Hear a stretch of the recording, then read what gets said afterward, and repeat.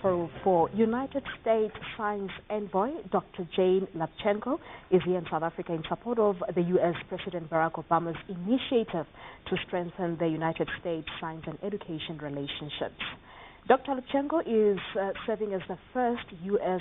Science Envoy for the ocean, and during her stay here in South Africa, she will engage with leaders in government, academia, as well as the private sector who seek shared solutions to shared environmental concerns. She joins us this morning from our Pretoria studios. Dr. Lubchenco, good morning to you and welcome to Morning Live. Thank you. It's great to be here. Thank you very much. We're delighted to have you on the show. But first, just explain to us as to what your job entails. My job as the U.S. Science Envoy for the Ocean is to meet with people, scientists, members of industry, politicians, citizens, to learn about what the problems are, to trade information from the scientific side, and help us collectively work together to think about how science can help us create the future that we want. All right. My special focus is very much on the ocean, but of course climate change affects the ocean and affects many other parts of our life. So we've been talking a lot about climate change and changes in oceans and how we can work together. All right. And what specifically attracted you to this field, Dr. Lubchenco? I'm sorry, can you say that again? What attracted you to this field of marine biology?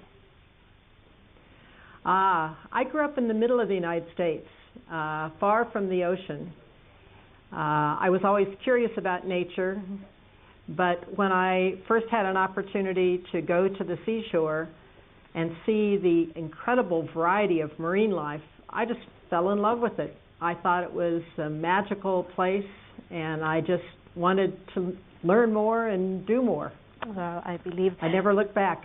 Okay. Now, so you're here in South Africa engaging with other scientists and other sectoral leaders, and you were addressing the Nelson Mandela Metro University last night.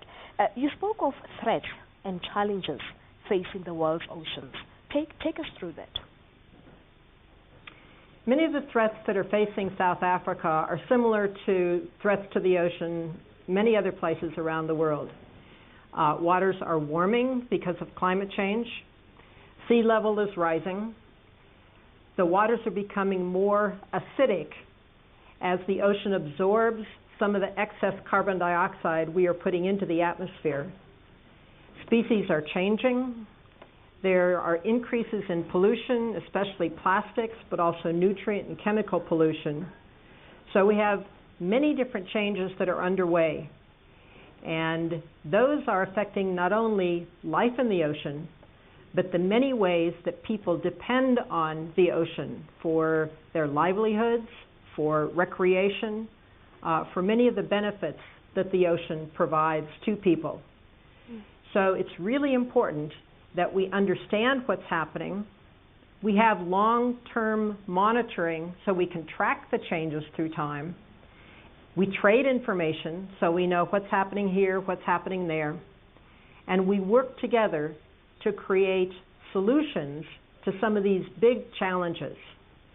If we want seafood from the ocean, we need to be smart about how we're fishing.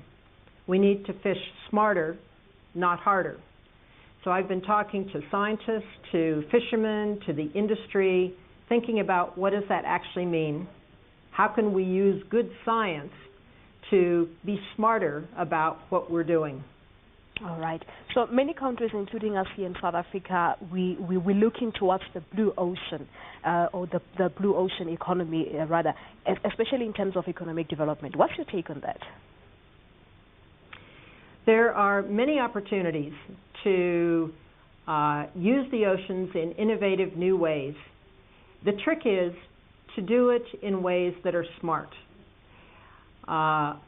What we really want is long-term economic benefit for everyone, not just short-term economic benefit for the few.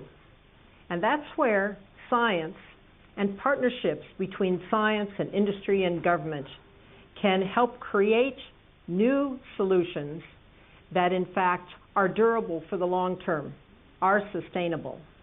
Instead of thinking just short term, make money right now, we need to make sure that the economic development doesn't compromise the long-term health of the ocean, because in fact that will be the key to strong economic prosperity from the ocean.